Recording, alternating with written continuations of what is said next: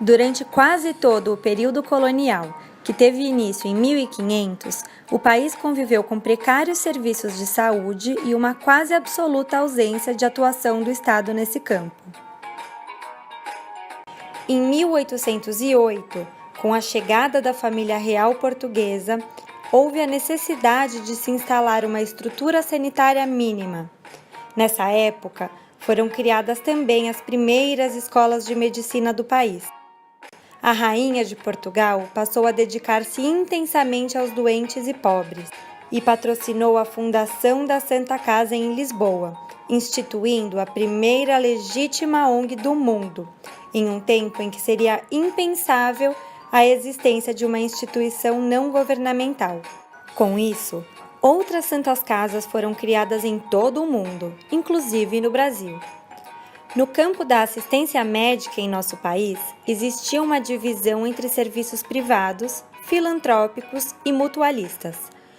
O Estado especializava-se na atenção a segmentos populacionais marginalizados ou que pudessem ameaçar a saúde pública. As santas casas assumiam o cuidado dos pobres. E a medicina liberal ocupava-se daqueles que podiam pagar. Esse sistema se estabeleceu por séculos em nosso país. Nas décadas de 1920 e 1930, em resposta a um longo processo de luta dos trabalhadores por melhores condições de vida e de trabalho, passou a se constituir um sistema previdenciário criado pelas empresas, que incluía assistências médica e farmacêutica entre os benefícios oferecidos. A partir de 1930, com o processo de centralização política e administrativa do primeiro governo Vargas, o Estado passou a participar diretamente desse sistema previdenciário, criando direitos para os trabalhadores que recebiam os benefícios das empresas. O golpe militar de 64 e a repressão sofrida pela população nessa época fez com que as pessoas se unissem de maneira mais organizada e movimentos sociais com fins específicos começaram a ser criados. Na saúde, a grande discussão girava em torno de duas possibilidades.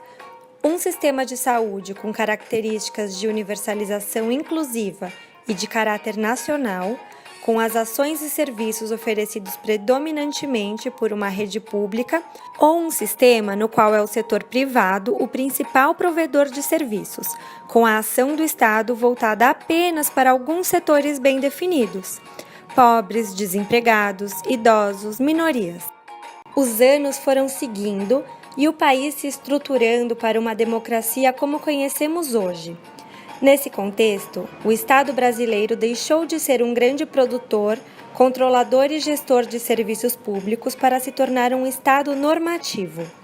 E com a democratização, o número de ONGs explode e o Estado passa a entender cada vez mais a relevância desses grupos.